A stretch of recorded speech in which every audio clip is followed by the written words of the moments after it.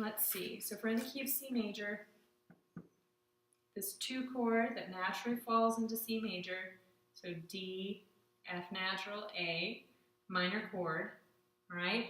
If we alter it to an F sharp,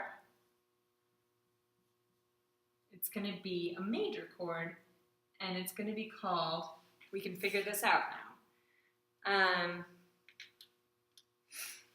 So now suddenly we're faced with this crazy F sharp, all right? So we have to go into C major. So again, we'll draw out our, just want to make sure you guys can see that level. Good, all right? So we'll draw out our C major scale. E, F, G, A, B, C. All right, so 1, 2, 3, 4, 5, 6, 7, and 1. All right, so we've got all of these. And now our chord is a D major chord. So we've got to figure out, first of all, it's got to build off of one of these, right? So it's got to be the 5th of something, all right? It's always going to be 5 of, all right? It's never going to be like 4 of 6. It's always going to be the secondary. That's why they call it the secondary dominant, all right? So it's got to always make 5 of something else. And it just depends on which chord this is the 5th of, all right? And the easiest way to think about it is when you're making your snowman, it's got to make the top of the snowman with the bottom of someone else, all right? So we find our D. We know we've got to find D.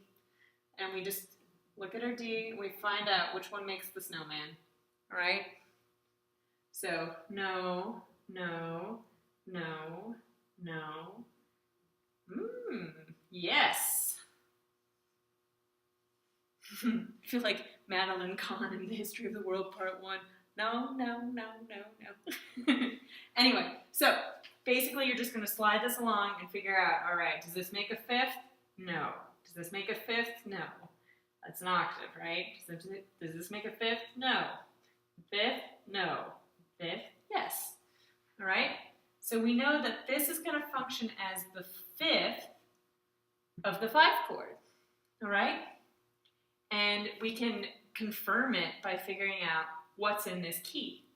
So if this becomes our new tonic, right? So we know this is the 5th of something, right? And it makes a perfect snowman right here. And we also know that if we are in the key of G major, our chord or our key signature includes an F sharp, all right? So always confirm it by what's actually in the chord.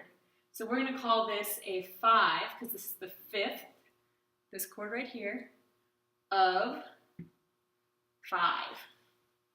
So this is 5 of 5. We can confirm it by taking this little guy, right? We can move him over, so this is C major.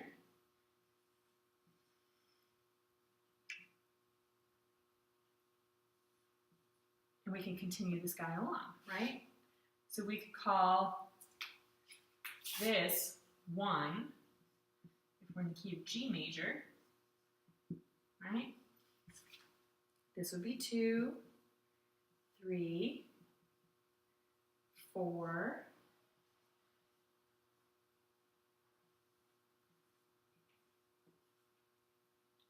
5, 6,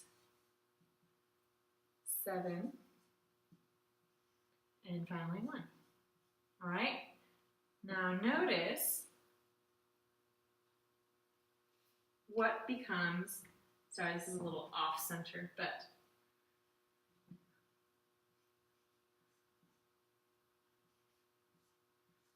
so notice our D lines up with the 5th of G major, all right? So if we build up our chord, it'll be G, D, F sharp, and A. All right? Hopefully that's not too confusing. I think once you get in there and start doing them, it'll be a little bit easier. So let me just review a little bit. So secondary dominants, because they are temporarily raised to the status of dominant, naturally resolve to their temporary tonic. All right? So when you're dealing with these in the wild, if you've got 5 of 5, right? It's going to naturally resolve. The 5 of 5 is going to resolve. The next chord will be just a normal 5 chord in C major. If you've got something like 5 of 2, right? That chord is going to naturally resolve back to its temporary tonic, which is the 2 chord, right? So it'll be 5 of 2, and then the next chord will be 2. And let me show you some of that.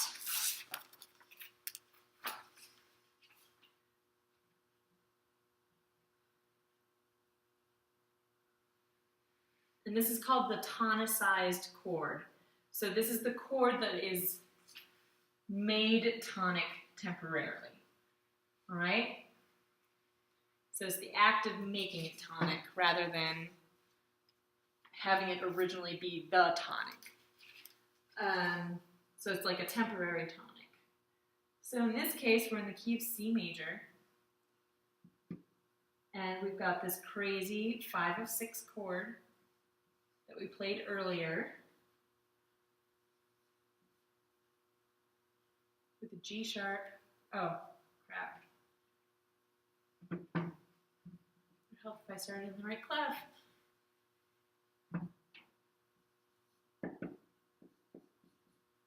And then here, up there. All right, much better.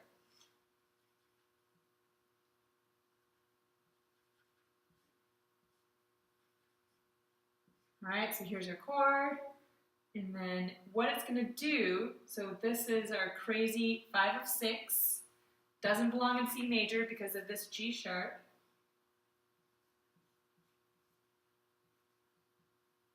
And what it's going to always do is resolve to an actual 6 chord. All right? So you've got F. Oh, sorry, that's an A. A, E, and C. Okay? So it's always going to follow that pattern. If it's a 5 of 3, it's going to resolve to, or it's tonicization, which is the 3 chord. If it's a 5 of 4, it's going to resolve to a 4 chord in C major, not the new key. Stays in the original key. So this is just like a temporary, you know, a temporary adventure. While you're in the key of C, it's going to go off the beaten path a little bit and then go right back to where it's supposed to go. All right? So let's see. This is also used as a way to modulate to something else slowly, because it starts introducing. Eventually, you might end up in the key of A major because it's starting to introduce things like a G sharp, right? And that's always a red flag that things are going to change. Okay, so occasionally they don't always tonicize to their original, their temporary tonic. They do sometimes follow each other. So you'll get secondary dominant, so you get like a 5 of 2, and then a 5 of 5, and then a 5 of 4. Generally though, they'll always follow the circle progression. So it will look like, basically, here's your typical circle progression here, right? So you've got 7, 3, 6, 2, 5, 1, right? Typical circle progression. All that's going to happen is it's going to be exactly the same, right? So 3, 6, 2, 5 of 5, and then it'll go 5, 1. So it's 5 of 3, 5 of 4. So it's basically doing the same thing, but it's just in the 5 of deal instead. Infrequently, a secondary dominant will resolve unexpectedly to a chord that does not follow circle progression root movement. In figure 14.5, the secondary dominant 5/7 of 5 progresses to a triad whose root is a step above that of the secondary dominant. The effect is similar to that of a deceptive cadence where the dominant sidesteps its natural progression. So you hear it.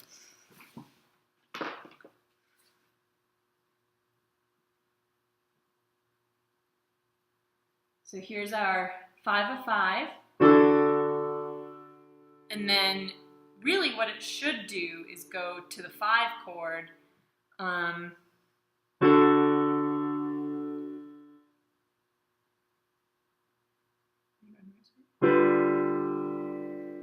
Right? Oh, sorry. Nope, that was right. Sorry. All right, so it should go back to the 5, but what it does instead is go to 3. So it does this instead. Let's see if I can get this bass line lined up. Step.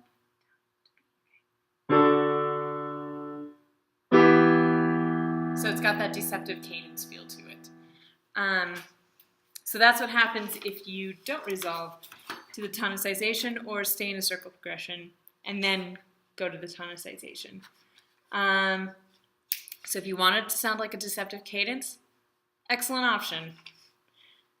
Just as primary dominants may be inverted, so also may secondary dominants. So all the same rules apply to secondary dominants that apply to a normal chord. So this would be if the C weren't on the bottom and it were somewhere else up here, right? It would be a 5/6 of 5, all right? Or 5/6/4 of 5, or if it, in the case of it being a 7th chord, which is perfectly acceptable.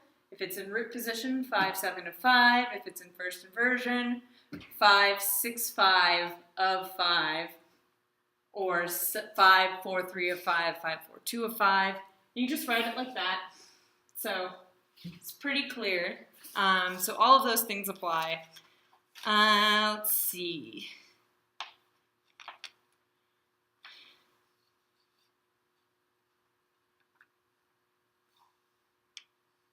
So FYI, you will not see in major keys the secondary dominant of a 4. So you won't see a 5 of 4 because technically that's the tonic.